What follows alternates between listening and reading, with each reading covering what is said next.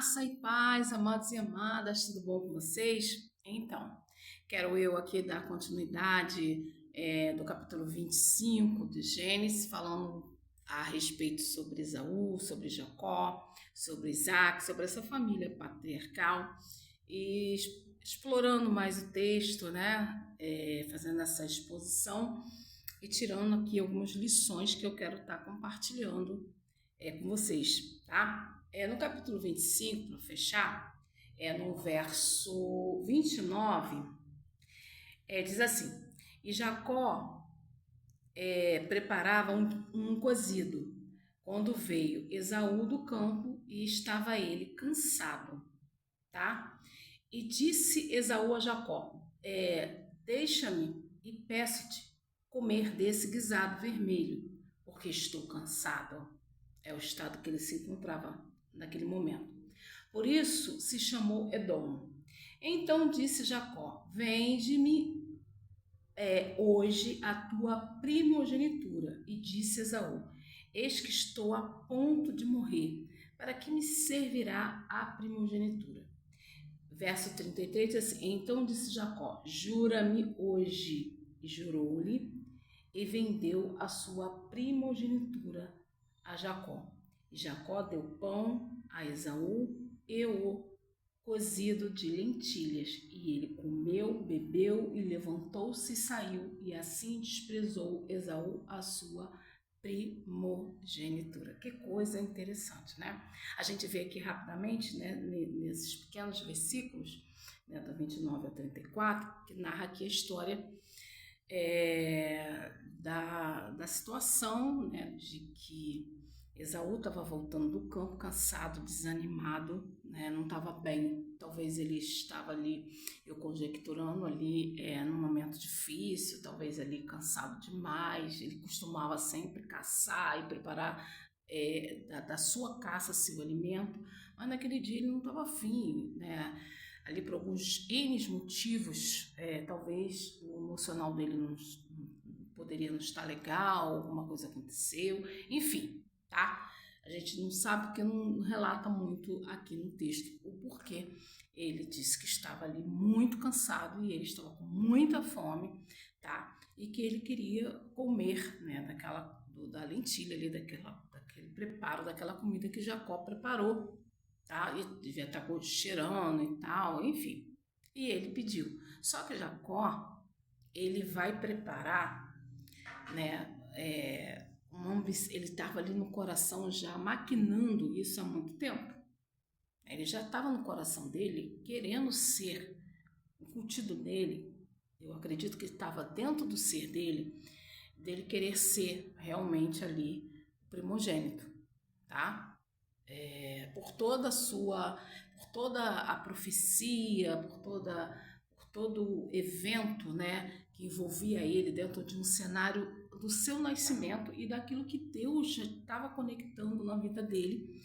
Só que ele se aproveita desse ensejo e para dar um golpe, né, ao seu irmão, pede ele para jurar e o direito, ele não, aquela ambição. A gente vê um Jacó bem diferente daquilo que o texto vai dizer lá no início que nós lemos, né?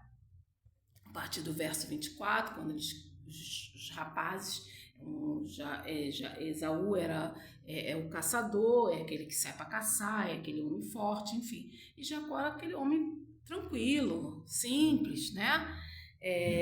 Íntegro, sossegado. E a gente vê um Jacó totalmente com uma personalidade que ele vai, se aproveita e com aquela ambição, esperando o momento certo, oportuno para tomar a frente e antecipar o direito de primogenitura que não pertencia a ele, profeticamente sim, mas não da forma que sucedeu, que a gente vê aí nos textos mais à frente, né, de Gênesis. Então ele vai, faz faz esse acordo, que fizeram um acordo, e ele vai dar comida para ele e falou: você promete, você faz o juramento e tal, e ele vai, aceita. E a gente vê Esaú, um homem firme, forte de campo, né, de que estava ali um caçador que ia para o campo, né, gostava de estar caçando, perito, tinha uma habilidade forte e tal, poderia ser um homem decidido, um homem forte, sabia o que queria, mas ao mesmo tempo um homem frágil e despreza. A Bíblia vai dizer ali que ele vem desprezar o direito da primogenitura pelo prato de lentilha para ele. Que me serve isso aí? Eu estou a ponto de morrer, para que eu quero isso? E o que era o direito de primogenitura, né? Que tanto já almejava, aquela ambição, né, vamos dizer assim, e o outro, ao contrário, desprezou. Direito de primogenitura, na tradição, era que o filho mais velho, né, o filho mais velho primogênito, receberia aí toda a maior parte da riqueza dos pais e também a posição, né, a liderança, e com ele ali, ele teria a maior parte da riqueza. Não que os outros não recebessem uma herança, mas a dele seria, né, uma proporção maior. Além disso, dentro desse direito, confere a ele também, esse primogênito, um privilégio, tá? Um privilégio especial, um privilégio bem especial, como porção dobrada, herança, liderança familiar, que estava ali, né? Ser o líder da família, líder do clã, líder da família, seria o patriarca ali, líder, né? E também parte religiosa, né? Que é a parte que seria o líder espiritual, e conforme descrito na Bíblia, que está lá em Deuteronômio 21, 17, enfim, tá? E ele vai desprezar isso. Ele almeja ser o líder, ele almejava ali, Jacó, ter uma liderança, enfim, mas também ali aquela ambição de ter tudo, tá? Porque não espera, ele vai antecipar e não espera ali o que Deus poderia fazer na vida dele. E a gente vê também, né, dentro os erros, né, que a gente está vendo aqui, tanto de Esaú como de Jacó,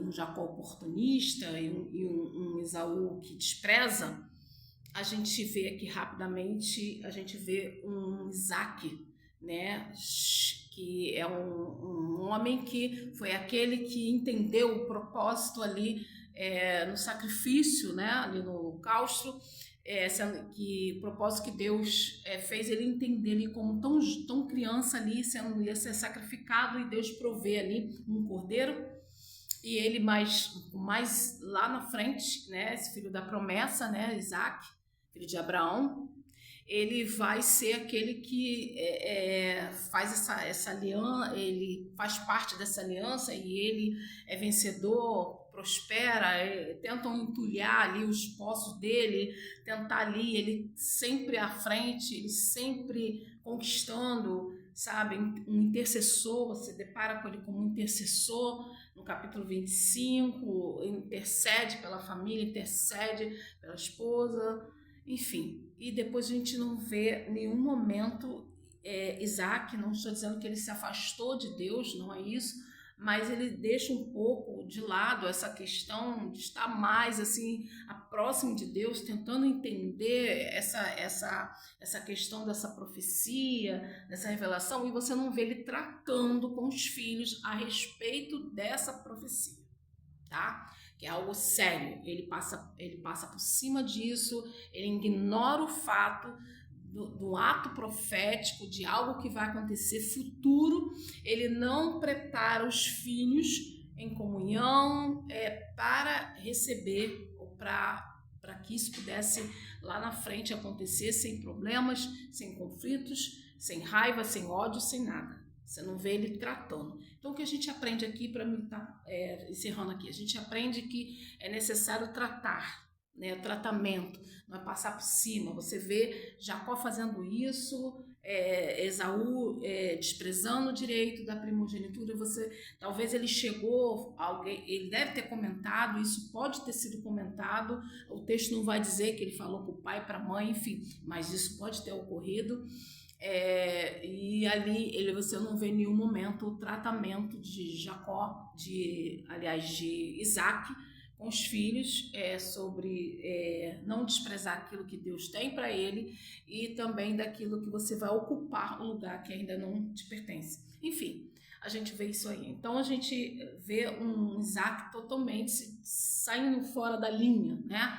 Daquilo que Deus traçou para a vida dele, tá? E a gente tem que ter muito cuidado com isso. Cuidado com o favoritismo, cuidado com aquilo que você vai passar a mão na cabeça de alguém. Isso serve para a liderança da igreja, serve para dentro da sua família. Às vezes você vê o erro ali e você passa a mão porque você favorece mais uma pessoa do que a outra, porque famílias, ou por questão social, por questão financeira, enfim. Porque gosta mais e não conserta, não age ali, não vê os erros e não conserta os erros. Tá? E Deus é aquele que corrige. E a gente vai ver mais lá na frente correção que Jacó, por mais que Deus escolheu ele, porque ali tinha uma promessa bem clara, tá? De Deus escolhendo, né? Uma eleição soberana de Deus. Não porque Deus amava melhor ou mais, não, mas Deus conhece as intenções de coração. Mas foi uma eleição. Por que Deus fez isso? É Deus. Mas a gente vê uma eleição divina, soberana de escolha de Deus. Mas você vê Deus tratando com Jacó, mesmo sendo escolhido. Isso que a gente tem, que eu quero compartilhar, é que a gente tem que aprender e saber que mesmo sendo escolhido de Deus, Deus vai tratar comigo e contigo acerca de erros e ele não passa a mão. O homem passa, mas Deus não. Fica com essa palavra, fica na paz, e eu vou estar falando mais um pouco a respeito de Jacó e Esaú. Fica na paz.